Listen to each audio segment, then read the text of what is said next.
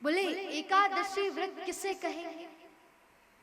देखिए बंधु, अब वैसे तो एक संवादात्मक कथा है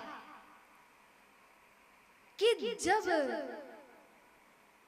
संसार में पाप क्षीण हो गया तो एक बार पाप अपने समस्त परिवार जनों के साथ एकत्रित होकर ठाकुर जी के सम्मुख गया और भगवान से जाकर निवेदन किया कि प्रभु, आपके भजन के प्रभाव से संसार में पाप का तो कोई निवास शेष ही नहीं बचा, इसलिए कृपया कर आप हमें कोई उचित स्थान दीजिए।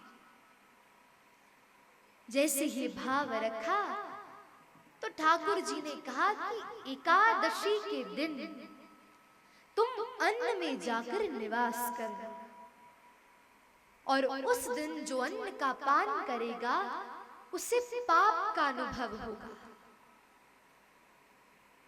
लेकिन यदि साधारण एकादशी व्रत का तात्पर्य बताऊं, जो मुझे बहुत प्रिय है, तो किसी संत के मुख से मैंने सुना था, बोले हम लोग एकादशी क्यों रखते हैं? बोले जब हम किसी से प्रेम करते हैं तो प्रेम के फलस्वरूप हम उससे कुछ वस्तु का आदान प्रदान करते हैं। ददाति पति गृणाति गुह्यम आख्याति पृच्छति भुंक्ते भोजयते चैव षट विधि प्रीति लक्षण। बोले प्रियतम अपनी प्रियसी को कुछ उपहार देगा, प्रियसी अपने प्रियतम को उपहार देगी, आदान प्रदान वस्तु का चलता है।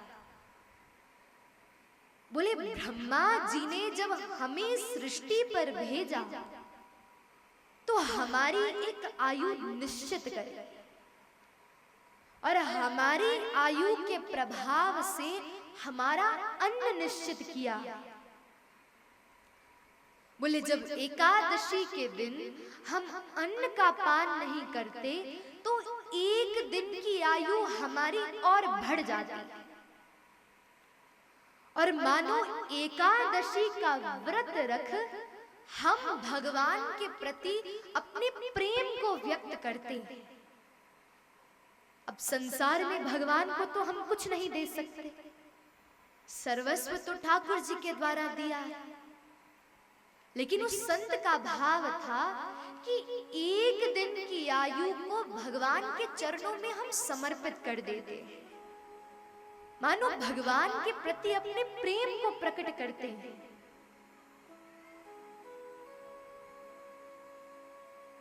लेकिन यदि उपवास का वर्णन करें, शास्त्रों में ये तो वर्णन है कि उपवास रखना चाहिए, एकादशी रखनी चाहिए, लेकिन एक स्थान पर ये वर्णन है, उपसमीपे यो वास निजात्मा परमात्मने उपवासति प्रोक्त नातु कायस्य शोषण। उप यानी कि समीप रहना और वास यानी कि किसी के पास रहना। उपवास का तात्पर्य है अपनी आत्मा को परमात्मा के समीप रखना। उपवास का ये तात्पर्य नहीं कि अपने देह को कष्ट में डाल दो, अन्न का ग्रहण नहीं करो, असुविधा में रहकर भजन करो, ये उपवास नहीं।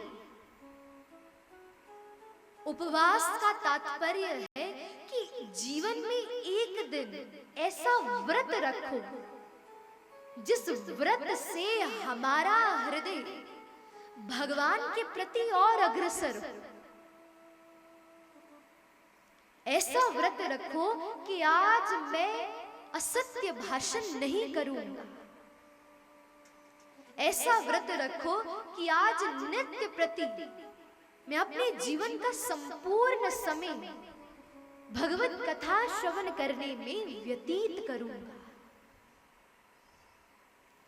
ऐसा यदि उपवास रखोगे तो सहज ही हमारी इस आत्मा का मिलन परमात्मा से स्वतः हो जाएगा।